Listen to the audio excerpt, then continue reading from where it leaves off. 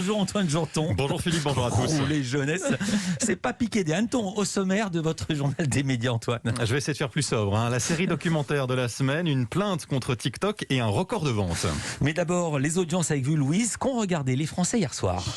Pas de surprise, c'est l'ordre de la télécommande. 1, 2, 3. TF1 d'abord, Je te promets, c'était la suite de sa série adaptée de l'américaine This Is Us.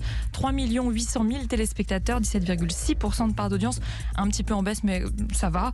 France 2, deuxième, Les aventures du jeune Voltaire, pareil, suite de la série. 2 800 000 téléspectateurs. Un petit peu en baisse également, 12,3% de part d'audience.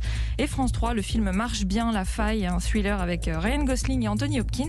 Pas mal, 2 400 000 téléspectateurs, 10,7% du public. Culture Média. Et on commence ce journal, Antoine, avec une série documentaire fascinante autour des médias. C'est à voir sur Arte ce soir. Une série en 3 épisodes sur un magnat de la presse, Rupert Murdoch. Il est à la tête d'un empire médiatique dont vous avez forcément entendu parler. Son nom, c'est News Corporation. Il possède des dizaines de journaux dans le monde entier. Le Wall Street Journal aux États-Unis, le Sun et le Times au Royaume-Uni pour les plus connus. À son actif aussi des dizaines de chaînes de télévision. Welcome to Fox News World Headquarters in New York. Buonasera a tutti, ben ritrovati con Skate G24. Tonight at 6 on Sky. Un equipo, un lugar, todo lo que necesitas. Fox Telecolombia. Voilà, Fox Telecolombia, la Colombie, donc le Royaume-Uni, l'Italie et les États-Unis au tout début avec Fox News, soutien de Donald Trump pendant la campagne présidentielle de 2016 et pendant son mandat.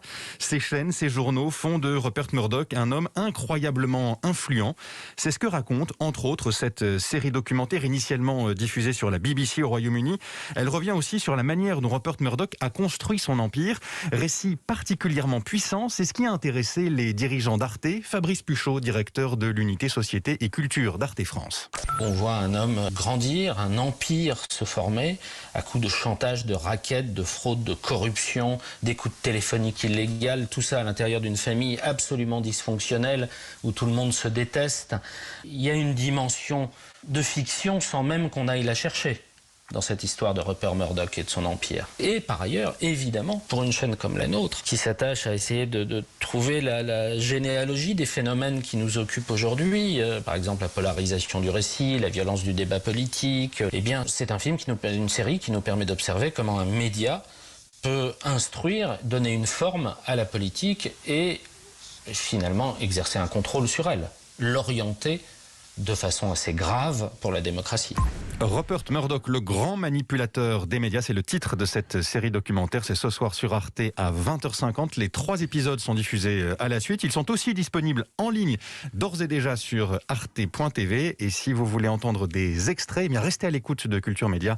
Eva Rock consacrera son zapping du lendemain à cette série. Ce sera tout à l'heure à 10h. Bien sûr qu'on va entendre des extraits avec Eva Rock. Une plainte, autre chose, une plainte contre TikTok. C'est l'UFC Que Choisir qui la dépose. L'association de consommateurs alliée à d'autres associations européennes estime que l'application préférée des adolescents, et la vôtre aussi Philippe, ne protège pas suffisamment les mineurs.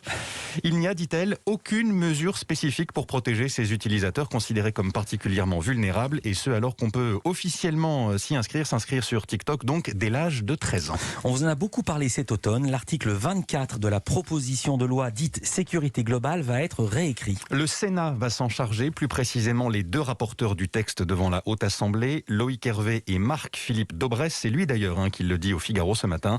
L'article 24, vous vous en souvenez peut-être, prévoit de sanctionner la diffusion malveillante d'images de membres des forces de l'ordre. Cette nouvelle mouture sera examinée en commission dans 2 semaines et en séance dans 1 mois au Sénat. Donc.